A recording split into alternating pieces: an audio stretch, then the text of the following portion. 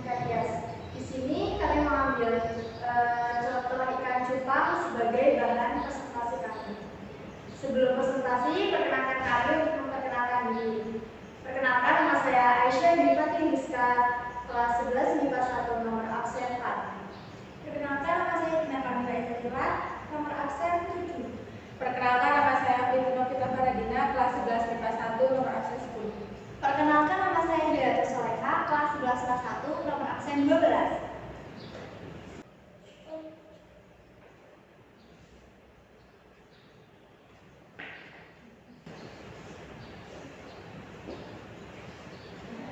Yang pertama yaitu sejarah ikan cupang.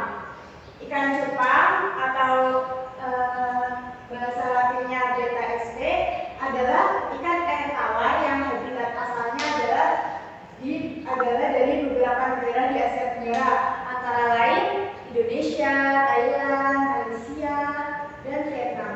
Ikan ini punya bentuk dan karakter yang unik dan cenderung agresif dalam mempertahankan wilayahnya. Di kalangan penggemar, ikan cupang umumnya terbagi atas 3 golongan. Yang pertama yaitu golongan ikan cupang hias, ikan cupang aduan, atau ikan cupang biasa untuk tanding gitu. Terus itu ikan cupang liar. Di Indonesia terdapat cupang asli, salah satunya adalah Betta Campenoides yang ditemukan di Papua, Kalimantan Timur. Ikan cupang adalah salah satu ikan yang kuat bertahan hidup dalam waktu yang lama, sehingga apabila ikan tersebut ditempatkan di wadah dengan volume air yang sedikit dan tanpa adanya alat sirkulasi udara, ikan ini masih dapat bertahan hidup. Ikan cupang meliputi 3 jenis, yaitu yang akan saya sebutkan: ikan cupang hias, cupang adu, dan satunya ikan cupang liar. Selanjutnya yaitu perbedaan jenis kelamin ikan cupang yang akan dijelaskan oleh Dina. Yang selanjutnya ada perbedaan jenis kelamin ikan cupang. Yang pertama, warna. Warna ikan cupang jantan umumnya menampilkan warna yang lebih cerah daripada cupang betina, tetapi betina juga sangat berwarna. Kemudian ada garis-garis vertikal.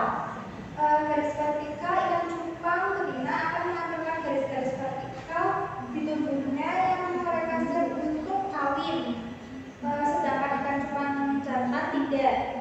Kemudian ada bentuk tubuh, umumnya ikan cupang betina sedikit lebih pendek daripada jantan. Kemudian ikan cupang jantan cenderung memiliki tubuh yang memanjang, lebih sedikit rata, dan memiliki sisi yang sangat bagus.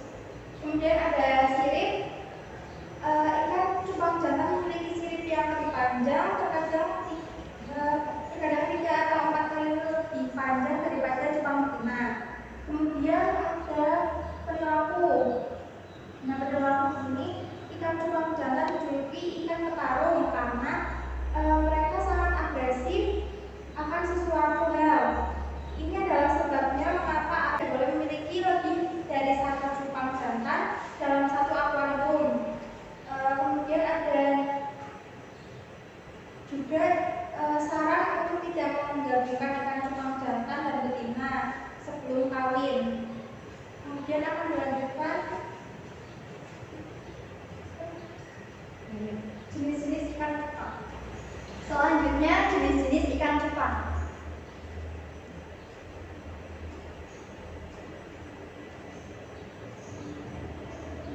Yang pertama ada ikan cupang half moon.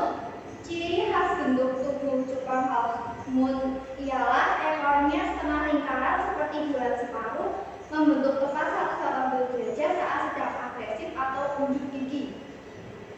Sirip di punggungnya juga besar dan melingkar. Sirip bawahnya seperti tirai membentang di bagian bawah perut.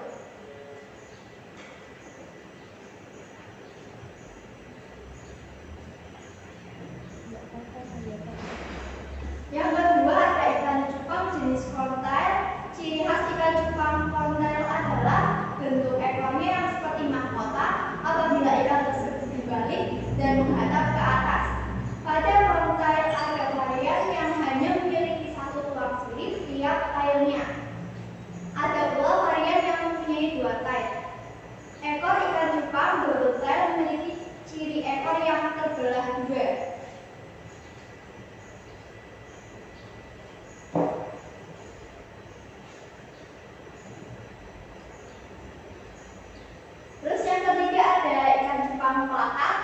Ciri ikan cupang plakat adalah sirip dan ekornya yang pendek, namun dengan ukuran tubuh yang cukup besar dan terlihat pekat. Sayangnya warna pada tubuh ikan cupang plakat tidak begitu mencolok karena merupakan ikan petarung. Plakat akan bergerak sangat agresif saat melihat keberadaan ikan cupang lainnya.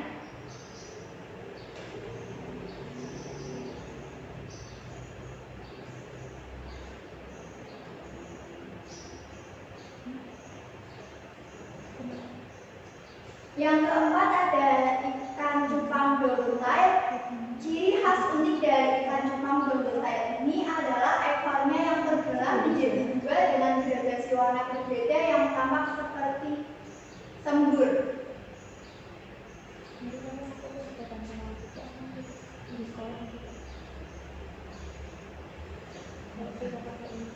Yang kelima ada ikan cupang giant. Cupang giant sendiri memiliki bentuk badan yang lebih besar dibandingkan dengan ikan cupang lainnya. Jenis ini memiliki ukuran mencapai 7–15 cm. Selain memiliki warna yang bagus, juga bersifat agresif bila melihat ikan lain yang memasuki wilayahnya. Bisa dilihat gambarnya. Selanjutnya, perencanaan usaha pembenihan ikan cupang. Untuk membuat usaha yang utama, yaitu harus memiliki nama perusahaan, badan usaha, lokasi komoditas yang akan dipasarkan, konsumen pangsa pasar, partner kerja, personil, dan model usaha. Dalam merencanakan usaha pembenihan yang harus diperhatikan secara detail adalah menetapkan judul dan jangka waktu pelaksanaan pembenihan, perencanaan produksi diperlukan untuk menetapkan bahan-bahan, peralatan, sistem kerja, dan jangka waktu yang dibutuhkan dalam satu siklus produksi. Perencanaan usaha harus dibuat dengan matang, karena perencanaan merupakan pedoman atau acuan dasar dalam melaksanakan suatu usaha. Jika perencanaan usaha dibuat dengan tidak baik, maka pelaksanaan usaha tidak akan berjalan dengan lancar. Di sini perencanaan usaha pembenihan ikan cupang. Budidaya ikan cupang tidak membutuhkan tempat luas dan modal yang besar, dapat dilakukan sebagai usaha rumahan yang menjanjikan. Keunggulan budidaya ikan cupang ini memiliki daya tahan yang bagus. Pemilihan ikan cupang dapat Anda lakukan dengan mudah.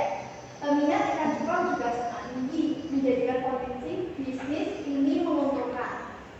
Selanjutnya akan dilanjutkan oleh Novita.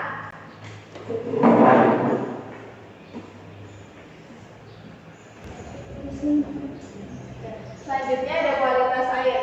Agar kualitas air terjaga, yaitu dengan sering menggantinya agar cupang tidak terserang penyakit. Untuk menjaga kualitas air juga, biasanya para penangkap ikan cupang dapat menggunakan daun ketapang. Selain itu, untuk menstabilkan pH air, daun ketapang dapat juga mengobati ikan cupang adu yang terserang penyakit jamur. Nah, kualitas air dengan sering mengganti ikan cupang. Wadah yang baik juga menurut cara berternak ikan cupang.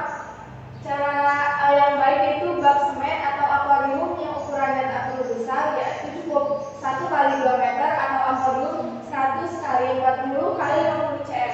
Masih wadah perkawinannya lebih kecil dari wadah pembesaran yang dapat dipakai di antaranya baskom, akuarium kecil, atau ember bisa dipakai untuk pemijahan ikan cupang. Setelah itu reproduksi.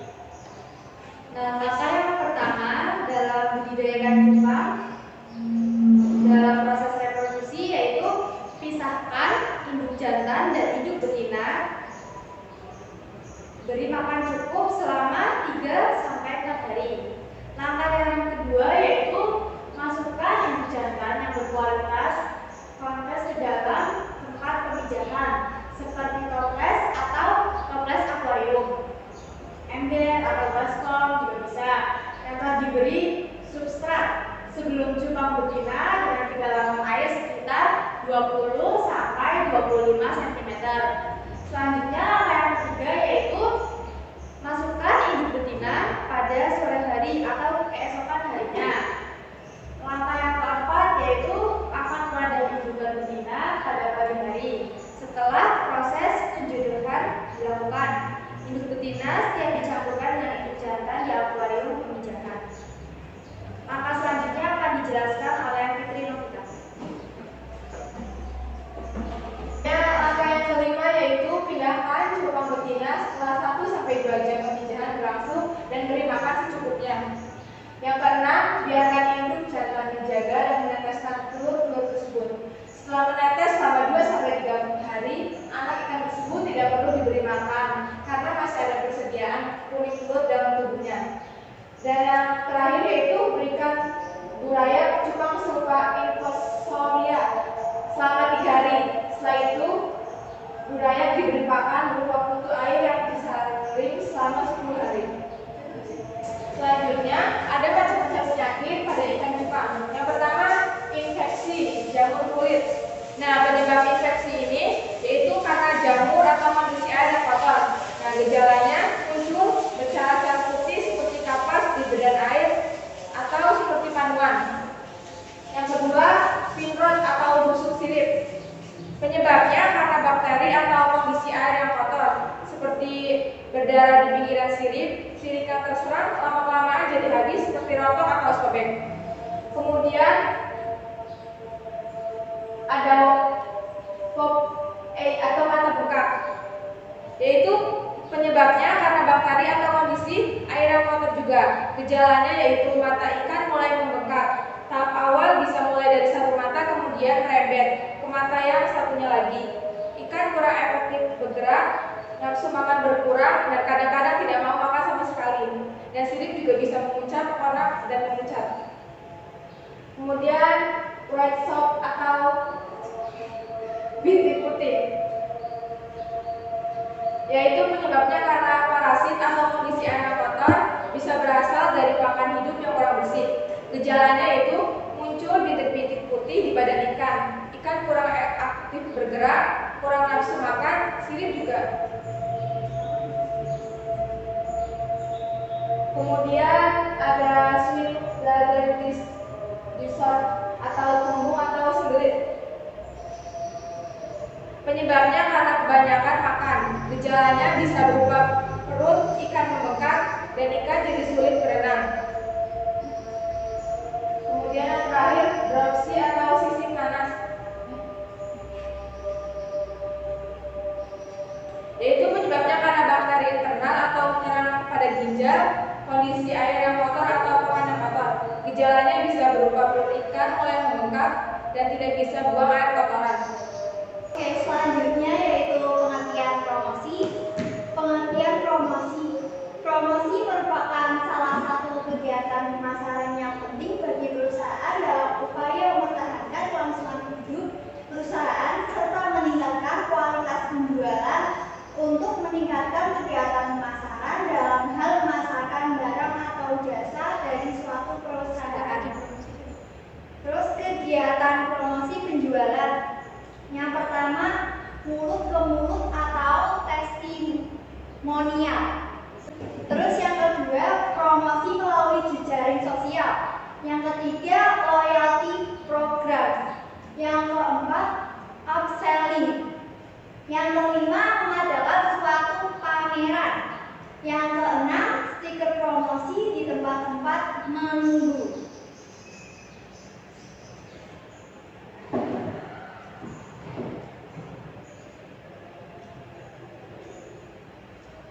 Selanjutnya, strategi promosi.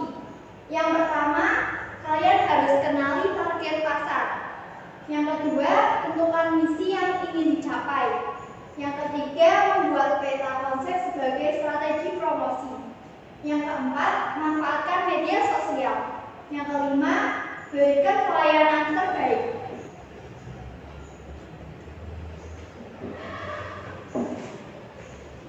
Oke, selanjutnya sumber daya yang dibutuhkan dalam pembenihan ikan hias. Ya, manusia merupakan pelaku utama dalam proses sumber daya yang dibutuhkan. Yang kedua yaitu money atau uang. Tentunya kita butuh modal untuk budidaya ikan. Nah, untuk ikan cupang nanti kita jelaskan berapa modal yang dibutuhkan. ditemukan dalam sumber budidaya. Selanjutnya yaitu material atau bahan. Tentunya kita membutuhkan bahan-bahan dalam proses budidaya ikan cupang. Selanjutnya yaitu mesin. Mesin juga sangat dibutuhkan untuk menunjang proses budidaya. Setelah itu metode sangat penting. Kita harus tahu bagaimana metode untuk budidaya. Kalau sampai salah metode bisa jadi budidaya akan gagal. Oleh karena itu kita mempelajari metode sebelum budidaya itu sangat diperlukan. Selain itu informasi. Nah, sebelum membudidayakan ikan cupang, sebaiknya kita mencari informasi, bisa di internet atau di mana, YouTube misalnya, mencari tahu bagaimana sih cara budidaya ikan cupang, terus resiko-resikonya yang mungkin akan terjadi, kegagalannya bagaimana, terus keuntungan dalam budidaya ikan cupang. Itu sangat penting mencari informasi. Nah, yang terakhir pasar. Pasar ini untuk kita jual beli ikan cupang tersebut. Promosi juga sangat penting dalam budidaya. Nah, selanjutnya yaitu menghitung titik impas atau BEP, usaha pembenihan ikan cupang. Pengertian BEP sendiri yaitu singkatan dari Break Even Point, adalah suatu keadaan di mana usaha tidak memperoleh laba dan tidak menderita kerugian. Analisis BEP merupakan alat analisis untuk mengetahui batas nilai produksi atau volume produksi suatu usaha untuk mencapai nilai impas. Artinya usaha tersebut tidak mengalami keuntungan ataupun kerugian. Nah, di sini tertera menghitung BEP. Nah, bisa kalian lihat sendiri bagaimana rinciannya. Apabila kurang jelas, nanti kita akan menyertakan link PowerPoint. Nah, di situ lebih jelasnya.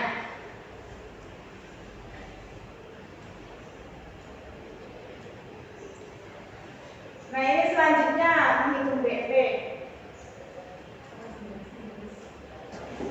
Oke, kemudian ada pasar terhadap benih ikan hias. Kebutuhan pasar terhadap benih ikan hias, bahkan jika ada ikan hias yang warnanya bagus, akan dijual dengan harga yang tinggi. Saat ini, pendapatan per kapita per tahun untuk ikan hias di Indonesia mencapai 50 juta. Saat ini pendapatan per kapita per tahun untuk ikan hias di Indonesia mencapai 50 juta. Adapun produksi ikan hias di Indonesia setiap tahunnya mengalami peningkatan. Kemudian tercatat pada 2013 produksi ikan hias mencapai 1.040 juta ekor atau meningkat dari 2012 sebesar 938 juta ekor. Oleh sebab itu usaha pembelian ikan hias dibutuhkan karena produksi ikan hias sebagian besar masih berasal dari alam dan belum banyak petani ikan yang mampu melakukan pembenihan ikan hias. Selanjutnya kesimpulan dan saran. Kesimpulan, ikan cupang hias merupakan jenis cupang yang keindahannya terletak pada bentuk ekornya saat mengembang. Walaupun termasuk ikan yang sangat agresif dan cenderung mempertahankan daerah teritorialnya, tetapi keindahannya dapat membuat daya tarik kepada orang untuk memeliharanya. Dalam hal ini, ikan cupang juga sangat mudah dalam pemeliharaannya dan juga menghasilkan. Selanjutnya akan dilanjutkan oleh Bunda. Kemudian ada saran dalam membudidayakan ikan cupang sebaiknya selalu mengecek kualitas air. Ya, karena kualitas air sangat penting bagi kesehatan ikan cupang tersebut. Sekian presentasi dari kami. Maaf apabila terlalu kaku dalam penyampaian presentasinya atau terlalu membaca teks. Terima kasih.